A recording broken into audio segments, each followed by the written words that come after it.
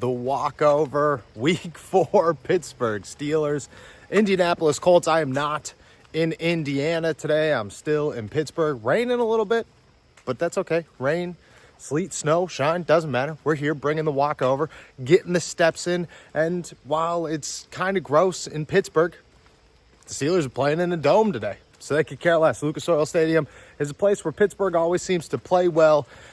And you got to imagine the expectation is that they'll play well again today. But there's a big looming question over everybody. And it almost feels as if a 3-0 team, one that is winning well, has potentially the best defense in football, and a quarterback that is 25 years old, lighting up the NFL, making everybody very excited about the future, doesn't seem real. Nothing seems real just yet. It feels as if there's this, okay, when will it break? Is it going to break? At what point do expectations get a little bit bigger? At what point do we start talking playoffs? At what point do you start talking about how far can the Steelers go? Who can they actually compete with? So on and so forth. And then there's the question of, is this a trap game?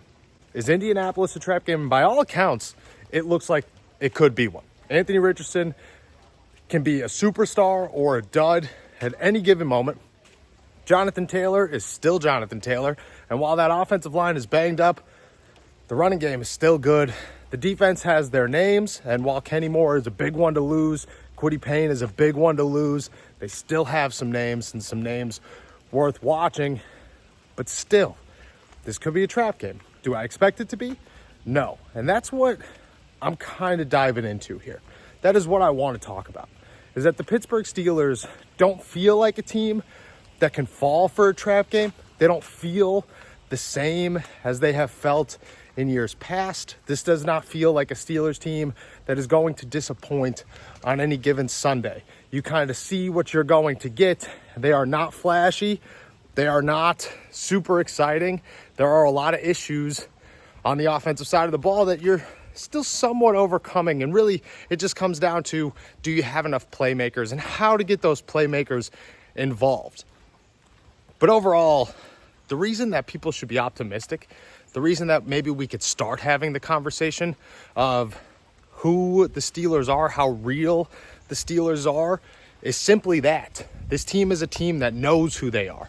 This team is a team that understands how they're going to win, and they're executing that game plan. In years past, it was, we have an idea of how we would like to win, but we are not following through with that idea, and it is just simply not working. Here it's run the football. If running the football isn't doing what you're supposed to do or isn't working the way you expect it to work, you lean on a quarterback to just simply not lose you a game, to put enough points on the board so that you can walk away winners. You let your defense handle the rest, handle the heavy lifting, and you keep them off the field enough to stay rejuvenated and healthy. That is what's going on here.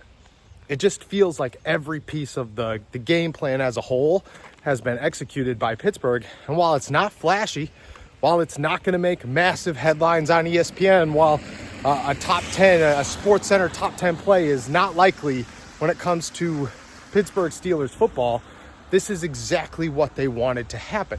They wanted to be boring, but they wanted to execute, and they wanted to win. And that's what they're doing here. They are doing exactly what they came into the season to do. They're doing exactly what they have tried to do for years, and it hasn't worked. Maybe that's Arthur Smith.